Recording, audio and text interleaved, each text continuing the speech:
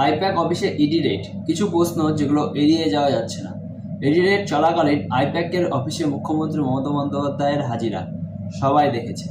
তিনি নিজেই বললেন এটা নাকি টিএমসির আইটি অফিস আর প্রতীক জৈন নাকি আইটি হেড। ধরে নিলাম এই দাবিগুলো ঠিক, কিন্তু ক্যামেরায় ধরা পড়া কিছু বিষয় মাথায় ঢুকছে না।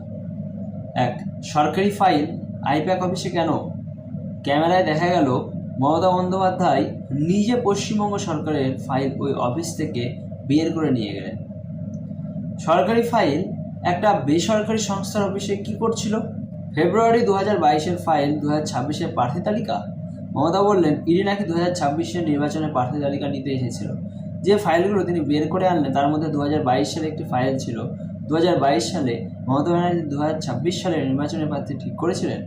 সরকারি ফাইল, দলীয় গাড়ি, এই মিশ্রণ বৈধ? সরকারি নথি বের করা হলো টিএমসি নামে কেনা গাড়িতে। সরকারি ফাইল কি দলীয় গাড়িতে বহন করা যায়, নাকি সরকার আর দল এখন এক জিনিস? আইপ্যাক দল চালায় এটা জানা ছিল, কিন্তু সরকার কে চালায়? আইপ্যাক যদি তৃণমূল চালায় তাহলে সরকারি নথি আইপ্যাক অফিসে গেল কি করে? সাধারণ মানুষের তথ্য কি বেসরকারি সংস্থার হাতে তুলে দেওয়া হয়েছে? মানুষের নিরাপত্তা আর গোপনীয়তা কি বিক্রি হয়ে গেছে? এত কাণ্ড, তবু ওই একজনের জন্য মুখ্যমন্ত্রী রাস্তায়, বড় নেতাদের গ্রেপ্তারও এমন দৃশ্য দেখা যায়নি। কিন্তু আইপ্যাক আর প্রতীক জৈনের জন্য কেন মুখ্যমন্ত্রী নিজে ঢাল হয়ে দাঁড়ালেন? কয়লা ভাইপোর হিসাব কি ওখানেই ছিল? এগুলো রাজনৈতিক স্লোগান নয়, এগুলো সাধারণ মানুষের প্রশ্ন, আর প্রশ্ন করা এখনো অপরাধ নয়।